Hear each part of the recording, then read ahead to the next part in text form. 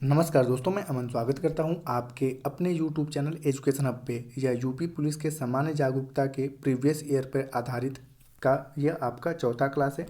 यह जो पेपर हुआ था 28/1/2019 को हुआ था और ये जो फर्स्ट शिफ्ट में हुआ था उस पेपर के हम सामान्य जागरूकता को एनालिसिस करेंगे। तो चलिए शुरू करते हैं बिना किसी देरी के। तो यहाँ पर जो पहला प्रश्न पूछा गया था कि द्रवों का घनत्व मापने के लिए किस उपकरण का उपयोग किया जाता है। ऑप्शन है एनीमोमीटर। तो बात करते हैं, जो एनीमोमीटर होता है वह वायु का वेग मापता है। उसके बाद है आपका वेव मीटर। तो वेव मीटर की बात करें तो यह मृदा की आंतरिक गुणवत्ता मापता है, मृदा की आंतरिक गुणवत्ता मापता है। और अगला है आपका यूडियोमीटर। तो जो आपका यूडियोमीटर है यह गैस के मिश्रण का आयतन को परिवर्तन करता है। ठीक है, गैस के आयतन, गैस के मिश्रण का आयतन परिवर्तन करता है। और आपका अगला है पिक्नोमीटर। तो पिक्नोमीटर जो है वह पानी की मात्रा और विशिष्ट गुरुत्व को मापता है। तो इस कारण से आप देख सकते हैं कि यहाँ पूछा गया है कि द्रव का घनत्व मापने के उपकरण का नाम क्या है। तो यहाँ पे जो चारों के चारों ऑप्शन है वो उससे रिलेटेड नहीं है, इसलिए आयोग ने इस क्वेश्चन को गलत कर दिया था। अगर आपसे बात की जाए कि द्रव का घनत्व मापने के लिए जो जिस यंत्र का उपयोग किया जाता है उसका नाम होता है आपका हाइड्रोमीटर। तो इसके अकॉर्डिंग कोई भी ऑप्शन नहीं है, तो जिसके कारण आयोग ने इस क्वेश्चन को निरस्त कर दिया था। अगला क्वेश्चन है आपका कि केंद्रीय विश्वविद्यालय बाबा साहब भीमराव अंबेडकर विश्वविद्यालय विद्या विहार किस शहर में स्थित है। ऑप्शन है आगरा, कानपुर, वाराणसी या लखनऊ। तो यहाँ पर बाबा साहब भीमराव अंबेडकर विश्वविद्यालय जो है वह लखनऊ में स्थित है। और बात करते हैं तो इसकी जो स्थापना हुई थी यह हुई थी, इसकी स्थापना साल 1996 में इसकी स्थापना किया गया था।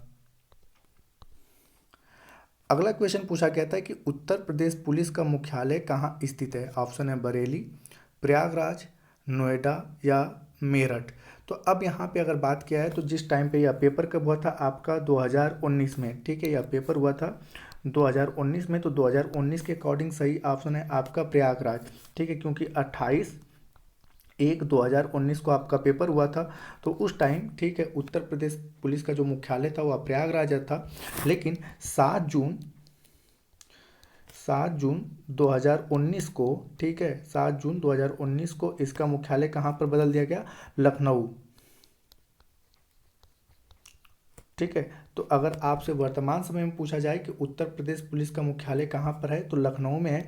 और उस बिल्डिंग का नाम है सिग्नेचर बिल्डिंग। ठीक है, जो मुख्यालय है उस बिल्डिंग को सिग्नेचर बिल्डिंग के नाम से जाना जाता है। और जिस टाइम यह प्रश्न पूछा गया था उस टाइम जो था सही ऑप्शन था प्रयागराज। तो आप हालांकि प्रेजेंट टाइम को याद रखिएगा कि अब उत्तर प्रदेश पुलिस का मुख्यालय लखनऊ के सिग्नेचर बिल्डिंग में है। अगला क्वेश्चन है कि उत्तराखंड किस वर्ष अस्तित्व में आया। ऑप्शन है साल 2000 में या साल 1991 में या साल 2016 में या साल 2011 में। तो यहाँ पे बात करते हैं कि उत्तराखंड जो है वह अस्तित्व में आया साल 2000 में। तो सही ऑप्शन होता है आपका ए। जानते हैं इसके बारे में, तो उत्तराखंड 9 नवंबर साल 2000 को उत्तर प्रदेश के उत्तरी क्षेत्रों को, मतलब कि उत्तर प्रदेश के 14 जिलों को काटकर एक अलग राज्य बनाया गया और यह भारत का 27वां राज्य बना था। बात करते हैं उत्तराखंड के राजधानी की, तो इसका राजधानी देहरादून है। और 4 धामों में प्रमुख बद्रीनाथ, केदारनाथ, गंगोत्री, यमुनोत्री यहाँ के प्रमुख तीर्थ स्थलों में से हैं। साल 2000 से 2006 तक इस राज्य को उत्तरांचल के नाम से जाना जाता था तथा साल 2007 में इसका नाम उत्तराखंड रखा गया। अगला क्वेश्चन है कि बरसाना होली किसके साथ खेली जाती है। टमाटर के साथ, दूध के साथ, पत्थर के साथ या डंडे के साथ। तो आप सभी ने पता है कि बरसाना होली जो है वह बरसाने में, यानी कि मथुरा के पास बरसाने में डंडे से खेली जाती है। तो सही ऑप्शन होता है आपका डी। अगला जो क्वेश्चन पूछा गया था कि उत्तर प्रदेश में आयोजित कांपिल्य मेला किस समुदाय से जुड़ा हुआ है। जैन से, सिख से, ईसाई से या बौद्ध से। तो जो कांपिल्य मेला है वह उत्तर प्रदेश में जैन धर्म से आपका संबंधित है। और यह आपका कहाँ पे, तो उत्तर प्रदेश। ये भी पूछा जाता है कि कांपिल्य मेला लगता कहाँ पे है, तो फर्रुखाबाद में, फर्रुखाबाद में। ठीक है, लगता है, और यह जैन धर्म से संबंधित है। बात करते हैं कि काम्पिल्य हिंदू तथा जैन धर्म से संबंधित प्रमुख तीर्थ स्थल है। काम्पिल्य में 1400 वर्ष से प्राचीन निर्मित एक दिगंबर जैन मंदिर है, जहाँ भगवान विमलनाथ की प्रतिमा है। तो वहाँ पे जो काम्पिल्य मेला लगता है वह जैन धर्म से लगता है। और आपसे पूछा जाता है कि काम्पिल्य मेला किस जिले में, तो फर्रुखाबाद में लगता है। अगला क्वेश्चन है कि भारत में कथक नृत्य के एक शास्त्रज्ञ हैं। तो यहाँ से ऑप्शन दिया है कि इनमें से कौन कथक नृत्य से संबंधित है। तो यहाँ पे सबसे पहले दिए हैं आपके सोनल मानसिंह। तो सोनल मानसिंह का जो संबंध है वह भरतनाट्यम और ओडिसी से है। ठीक है, दूसरा है आपका मल्लिका साराभाई। तो मल्लिका साराभाई का भी संबंध भरतनाट्यम और कुचिपुड़ी से है। उसके बाद है पंडित बिरजू महाराज। तो इनका संबंध कथक से है। और उसके बाद उदय शंकर की अगर बात करें तो यह आधुनिक भारतीय नृत्य के जन्मदाता कहलाते हैं, उदय शंकर। तो यहाँ पे पूछा गया कि कथक नृत्य के शास्त्रज्ञ कौन से हैं। तो आपका सही ऑप्शन होता है सी।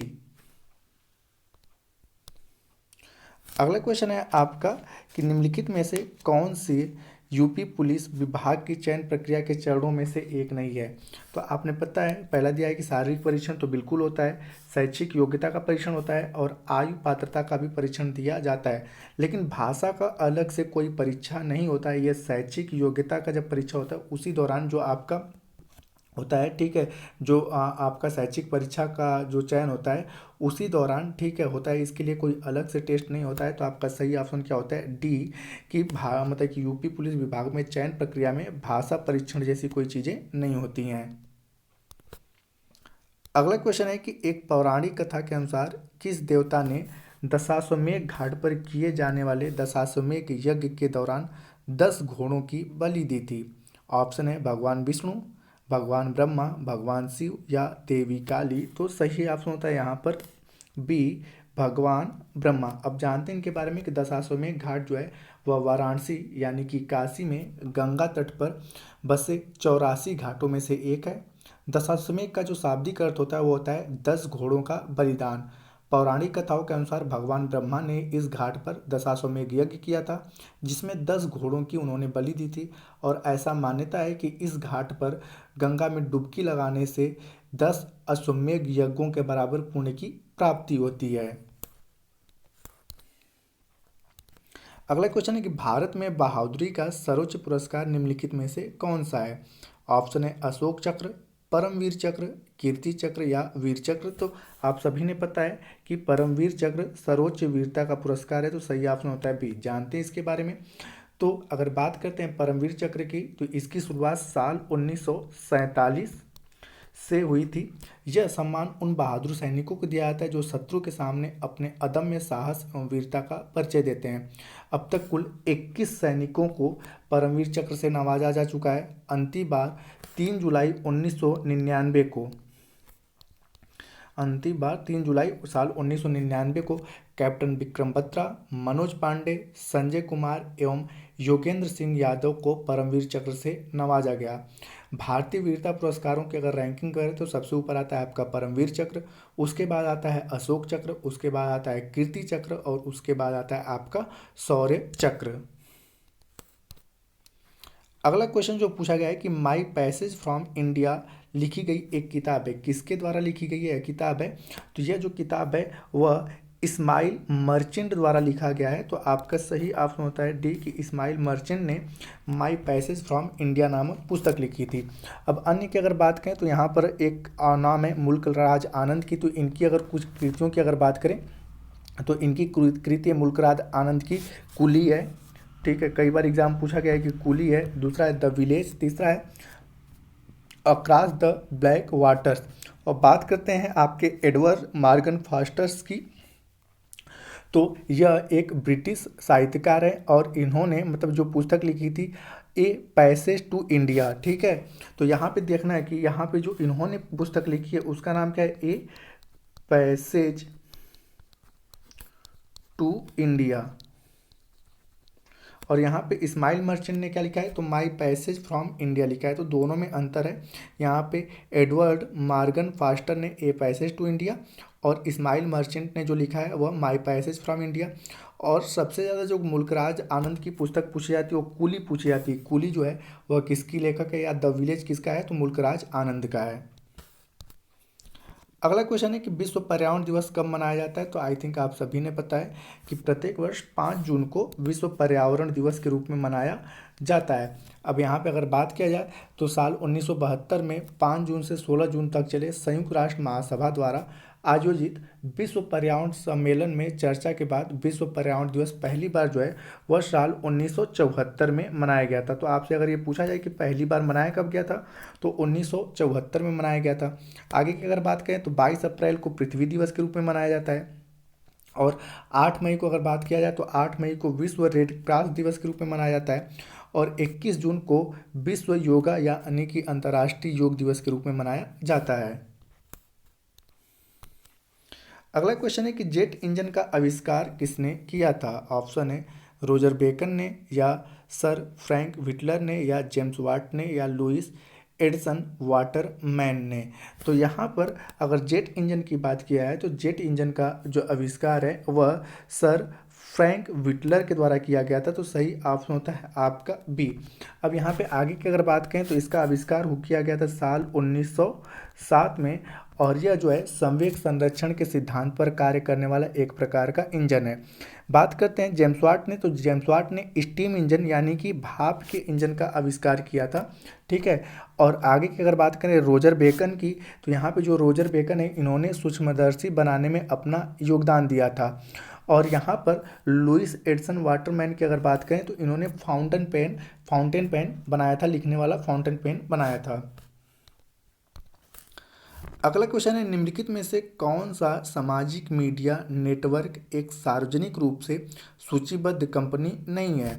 ऑप्शन है ट्विटर, फेसबुक, वीबो या क्वेरा। तो आपने पता है कि ट्विटर भी आपका एक क्या है, मीडिया है, फेसबुक भी है, वीबो है। क्योरा की अगर बात करें तो क्योरा जो क्या है, तो यहाँ पर बेसिक तौर पे एक यह ऐसा मंच है, यह क्वेरा जो है एक अमेरिकी वेबसाइट है जो लोगों के किसी भी प्रश्न के पूछने पर प्रश्न का उत्तर पाने का एक मंच उपलब्ध कराती है। तो यह आपका सोशल मीडिया का नेटवर्क नहीं है। तो आपका सही ऑप्शन क्या होता है, आपका डी। बाकी सारे के सारे क्या हैं, आपके सोशल मीडिया के नेटवर्क हैं। अगला क्वेश्चन है कि किस भारतीय राज्य में सर्वाधिक वन क्षेत्र स्थित है। ऑप्शन है केरल, महाराष्ट्र, उत्तर प्रदेश या मध्य प्रदेश। तो भारत में जो सर्वाधिक वन क्षेत्रफल है वह मध्य प्रदेश में स्थित है। तो सही ऑप्शन होता है आपका डी। अगर डिसेंडिंग आर्डर में देखा जाए तो सबसे अधिक है, पहले नंबर पे आपका मध्य प्रदेश आता है, दूसरे नंबर पे आपका अरुणाचल प्रदेश आता है, तीसरे नंबर पे आपका छत्तीसगढ़ आता है, चौथे नंबर पे आपका उड़ीसा आता है, और 5वें नंबर पे आपका महाराष्ट्र आता है। ठीक है, तो सबसे अधिक मध्य प्रदेश में, उसके बाद आपके अरुणाचल प्रदेश में, उसके बाद छत्तीसगढ़ में, उसके बाद उड़ीसा में, और 5वें नंबर पे आपका महाराष्ट्र है। यह वनों के घटते क्रम में एक आपका नाम है। अगला है कि फिनलैंड की शासकीय मुद्रा का नाम क्या है। तो एक चीज़ यहाँ पे याद रखिएगा कि जितने यूरोपीय कंट्री हैं, ठीक है, तो लगभग 70% यूरोपीय कंट्रियों की जो शासकीय मुद्रा है वह क्या है, यूरो है। ठीक है, तो फिनलैंड भी एक यूरोपीय कंपनी है जिसे झीलों का देश भी कहा जाता है। ठीक है, तो आपका सही ऑप्शन क्या होता है, डी, कि फिनलैंड जो है वह मतलब फिनलैंड के शासकीय मुद्रा का नाम क्या है, यूरो। बात करते हैं डॉलर की, तो डॉलर किन किन देशों की मुद्रा है, तो संयुक्त राज्य अमेरिका यानी कि अमेरिका का है, कनाडा का है, जिम्बाब्वे का है, ऑस्ट्रेलिया का है, न्यूजीलैंड का है, हांगकांग का है, सिंगापुर का है, और ताइवान का है। बात करते हैं रियाल की, या किसकी किसकी मुद्रा है, तो कतर की है, यमन की है, सऊदी अरब की है, ओमान की है, और ईरान की है। और अगला है आपका पौंड, या इसको हम लोग पौंड कहते हैं। तो यह सीरिया, सूडान, मिस्र, ब्रिटेन और आयरलैंड की जो मुद्रा है इनका नाम क्या है, पौंड है। अगला क्वेश्चन है कौन सी रेखा भारत और पाकिस्तान के बीच की सीमा तय करती है।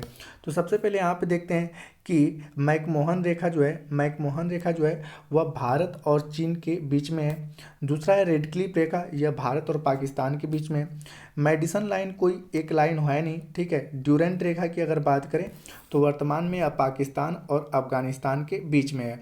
तो यहाँ पर पूछा गया है कि भारत और पाकिस्तान के बीच में कौन सी रेखा है, तो सही ऑप्शन होता है बी, रेड क्लिफ रेखा जो है वह भारत और पाकिस्तान के बीच में है। अगला क्वेश्चन है कि प्योंगयांग किस देश की राजधानी है? तो यहाँ पर दिया है मालदीव। तो मालदीव की अगर राजधानी की हम बात करें तो मालदीव की जो राजधानी है उसका नाम है माले। मालदीव की राजधानी का नाम माले है। मंगोलिया की राजधानी का नाम है कुआ लालमपुर। मलेशिया की राजधानी की अगर बात करें तो इसका नाम है उलान बटोर। और उत्तर कोरिया की राजधानी का नाम क्या है? प्योंगयांग है। तो इस प्रकार से सही ऑप्शन होता, सॉरी हाँ, तो उत्तर कोरिया की राजधानी का नाम क्या है आपका? प्योंगयांग है। तो सही ऑप्शन होता है आपका डी। और इसी में साथ चलते हैं हमें दक्षिण कोरिया की अगर बात करें तो दक्षिण कोरिया की राजधानी का नाम क्या है? तो सियोल क्या है? दक्षिण कोरिया की राजधानी का नाम है। तो उत्तर कोरिया की राजधानी का नाम प्योंगयांग और दक्षिण कोरिया की राजधानी का नाम क्या है? सियोल है। बाकी यहाँ पे जो देश दिए गए उनके राजधानी का नाम है। अगला क्वेश्चन है निम्नलिखित में से कौन सा संयुक्त राज्य अमेरिका का एक राज्य नहीं है? ऑप्शन है न्यूयॉर्क, मिनेसोटा, लुइसियाना या अटलांटा। तो यहाँ पर जब बात करते हैं अटलांटा जो है यह संयुक्त राज्य अमेरिका का राज्य नहीं है। तो यह क्या है? तो बेसिक तौर पे अगर बात किया जाए तो यहाँ पर अटलांटा जो है संयुक्त राज्य अमेरिका की एक राज्य है जिसका नाम है जॉर्जिया। ठीक है, तो ये अटलांटा क्या है? जॉर्जिया का कैपिटल है, न कि वहाँ का राज्य है। ठीक है, और न्यूयॉर्क तो आपने पता है कि अमेरिका का सबसे प्राचीन शहरों के नाम में आता है न्यूयॉर्क का नाम, और यहाँ पर सबसे अधिक आबादी रहती है। और अटलांटा क्या है? जॉर्जिया की राजधानी है और अटलांटा अमेरिका का एक राज्य है। अगला क्वेश्चन है कि लक्षद्वीप के लोग मलयालम के अलावा दूसरी कौन सी भाषा बोलते हैं? तो अगर हम बात करें लक्षद्वीप की तो लक्षद्वीप के लोग मलयालम के अलावा जो है वह महल भाषा का प्रयोग करते हैं। ठीक है, तो सही ऑप्शन होता है आपका बी। अगला है कि शिवाजी के छोटे बेटे का नाम बताएं जो तीसरे छत्रपति थे। तो आपने पता है कि पहले छत्रपति खुद शिवाजी थे। ठीक है, पहले छत्रपति खुद शिवाजी थे। दूसरे और तीसरे जो दूसरे थे उनके पहले बेटे थे जो सबसे बड़े थे। तो शिवाजी की अगर बात करें तो शिवाजी के कुल 2 बेटे थे और इनकी 6 बेटियां थीं। तो पहले छत्रपति खुद शिवाजी थे। दूसरे जो छत्रपति थे उनका नाम था आपका संभाजी। ठीक है, दूसरे जो छत्रपति थे उनका नाम था संभाजी जो कि शिवाजी के वास्तविक उत्तराधिकारी थे। और तीसरे जो छत्रपति थे ये इनके दूसरे बेटे थे जिनका नाम था राजा राम। ठीक है, राजा राम। तो यहाँ पर पूछा गया कि तीसरे छत्रपति कौन थे? तो आपका सही ऑप्शन होता है ए कि राजा राम शिवाजी के तीसरे छत्रपति थे। बात करते हैं शिवाजी की, तो शिवाजी महाराज का जन्म 19 फरवरी साल 1630 को शिवनेरी दुर्ग में हुआ था और तथा इनकी मृत्यु 3 अप्रैल 1680 को रायगढ़ में हो गई। इनके अगर पिताजी की बात किया जाए तो इनके पिताजी का नाम शाहजी भोसले था तथा माता का नाम जीजाबाई भोसले था। और जैसा कि मैंने बताया कि शिवाजी के 2 पुत्र और 6 पुत्रियां यानी कि बेटियां थीं। तो जो सबसे बड़े बेटे थे उनका नाम क्या था? तो संभाजी था। और जो सबसे छोटे बेटे थे उनका नाम क्या था? राजा राम। और यही तीसरे छत्रपति थे। अगला क्वेश्चन है ओडिशा से प्रारंभ एक प्राचीन लोक नृत्य का नाम क्या है? ऑप्शन है पुलिकली, राउत नाच, डोलू कुनीथा या घुमूरा। तो ओडिशा से प्रारंभ एक प्राचीन जो लोक नृत्य है उसका नाम घुमूरा है। सही ऑप्शन होता है आपका डी। अब यहाँ पे बात करते हैं कि पुलिकली कहाँ का है? तो पुलिकली जो है वह केरल का एक लोक नृत्य है। ठीक है, राउत नाच की अगर बात करें तो राउत नाच जो है वह छत्तीसगढ़ का ठीक है एक लोक नृत्य है। और डोलू कुनीथा की अगर बात करें तो डोलू कुनीथा जो है वह कर्नाटक राज्य का लोक नृत्य है। और घुमारा कहाँ का है? तो ओडिशा का लोक नृत्य है। अगला क्वेश्चन है कि साल 2018 के राष्ट्रपति का वेतन प्रतिमाह भारत के केंद्रीय बजट में कितना तक कर दिया गया?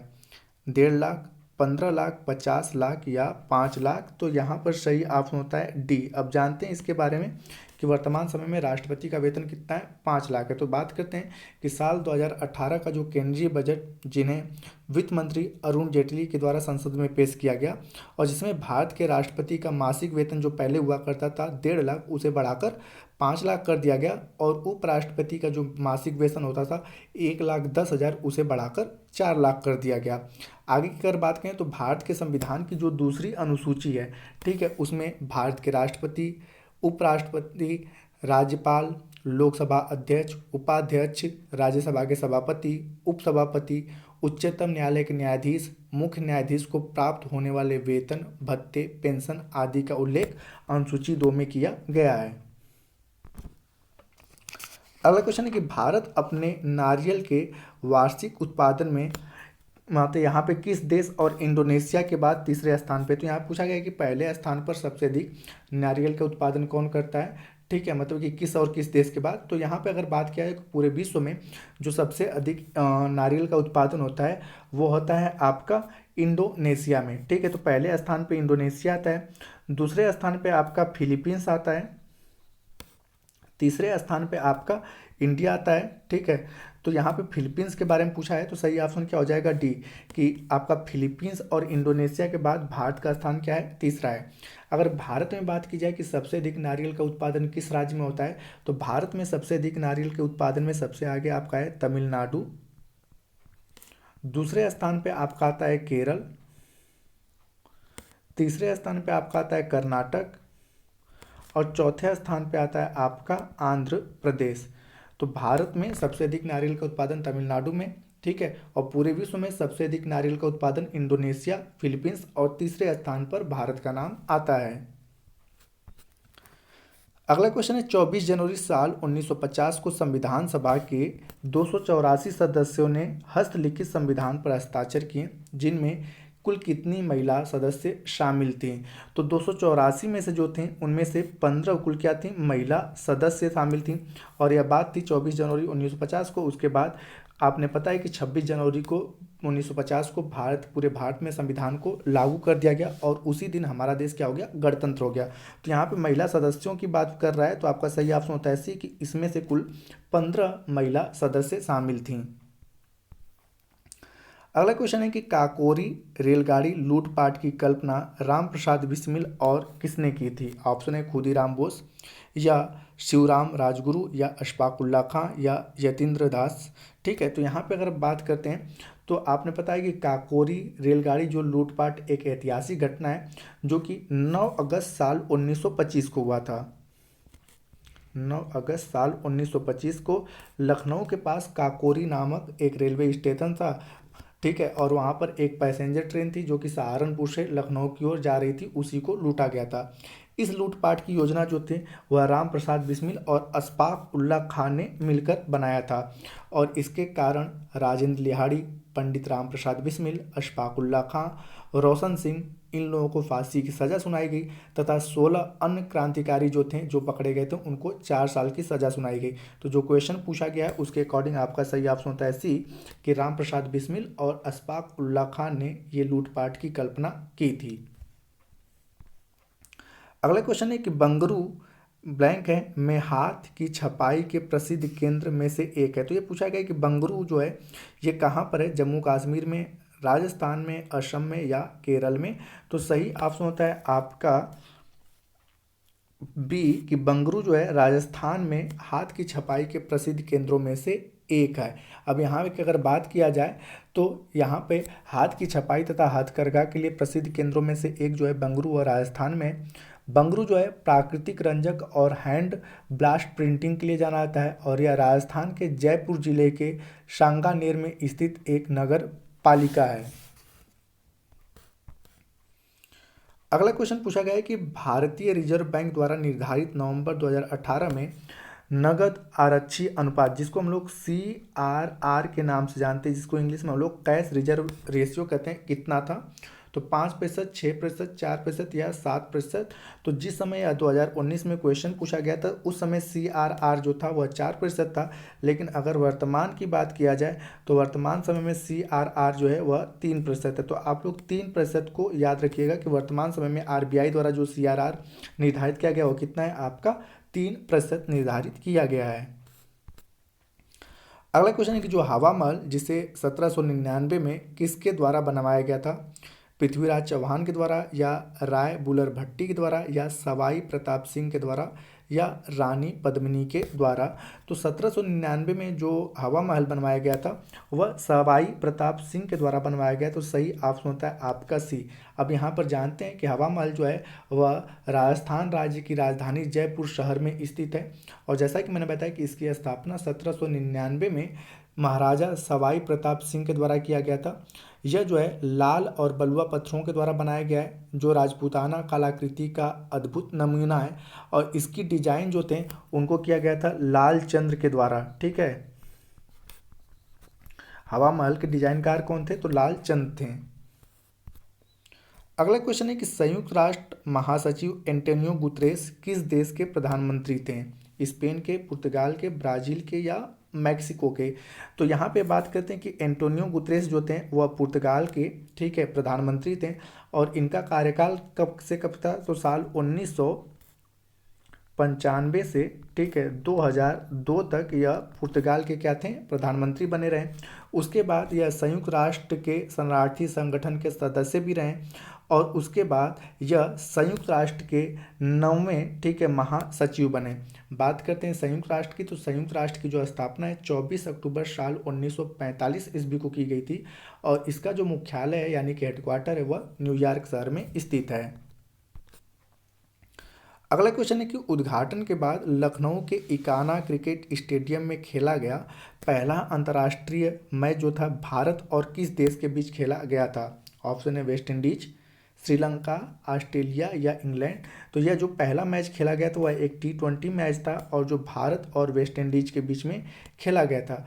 अब आपने पता है कि इसका उद्घाटन जो हुआ था साल 2017 में हुआ था। और उसके बाद नवंबर साल 2018 में इकाना स्टेडियम का नाम बदलकर पूर्व प्रधानमंत्री अटल बिहारी वाजपेयी के नाम पर रख दिया गया। अब इकाना स्टेडियम का जो नाम है वो उसका पूरा नाम है भारत रत्न अटल बिहारी वाजपेयी अंतर्राष्ट्रीय क्रिकेट स्टेडियम। तो इसका उद्घाटन कब हुआ था? साल 2017 में हुआ था। इस टाइम यह इकाना स्टेडियम के नाम से जाना जाता था। पहला मैच जो T20 था भारत और वेस्ट इंडीज के बीच में खेला गया। और 2018 में इकाना का नाम बदलकर पूर्व प्रधानमंत्री अटल बिहारी वाजपेयी के नाम पर रख दिया गया। अगला क्वेश्चन है कि वर्ष 2022 के एशियाई खेल की मेजबानी किसके द्वारा की गई? तो यहाँ पे की जाएगी क्योंकि क्वेश्चन 2019 का था। तो यहाँ पे हम जो 2022 का आपने पता है कि एशियाई खेलों की जो मेजबानी थी वह चीन के द्वारा किया गया। तो इस प्रकार से आपका सही ऑप्शन है बी। और 2022 के बाद जो अगला एशियाई गेम होगा वह 2026 में होगा। और 2026 में इस एशियाई गेम की मेजबानी कौन करेगा? तो जापान करेगा। ठीक है, और यह कहाँ पे होगा? तो जापान के नागोया में। ठीक है, नागोया एक नगर है जापान का। तो 2026 में जो आपका एशियाई गेम होगा वह जापान के नागोया में होगा। अगला क्वेश्चन है कि भारत के चीफ आर्मी स्टाफ यानी कि COS का नाम बताएं जी 31 दिसंबर 2016 को पदभार संभाले थे। तो आपने पता है कि भारत के पहले जो CDS थे, ठीक है, उनका नाम क्या था? तो आपका जनरल बिपिन रावत था। ठीक है, जनरल बिपिन रावत था। और इनकी आकस्मिक मृत्यु हो गई।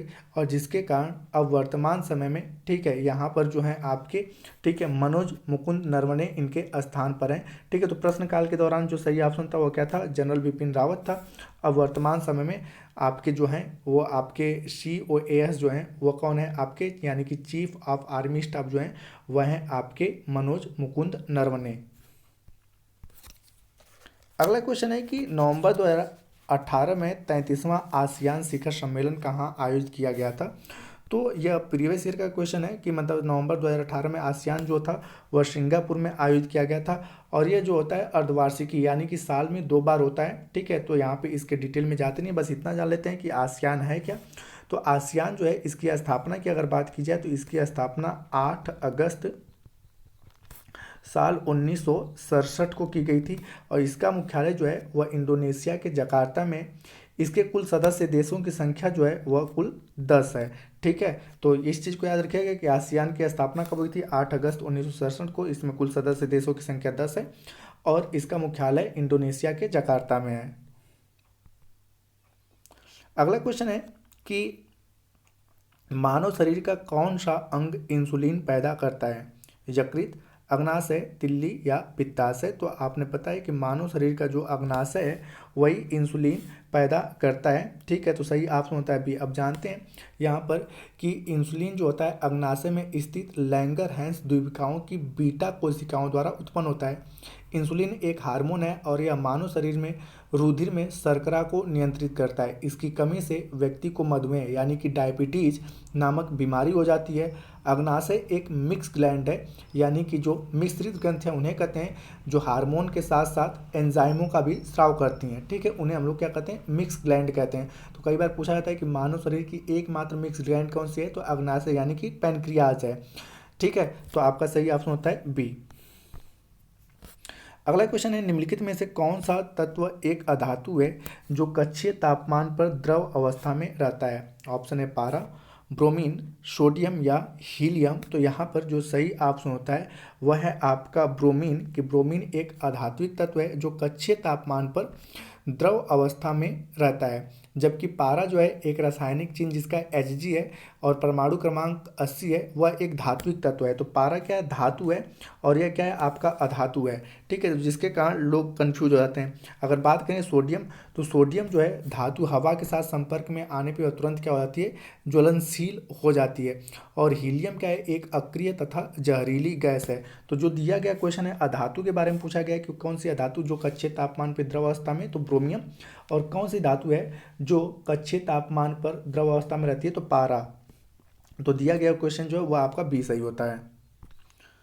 अगला क्वेश्चन है कि निम्नलिखित में से किस तत्व की परमाणु त्रिज्या सबसे छोटी होती है। ब्रोमीन की, क्लोरीन की, सोडियम की या कैल्शियम की।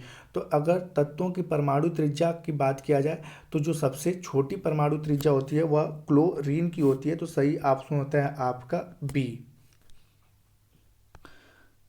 और इस सेशन का अंतिम जो क्वेश्चन है यहाँ पे पूछा गया है कि CH3 COOCH ट्वाइस और CH3 किसका सूत्र है।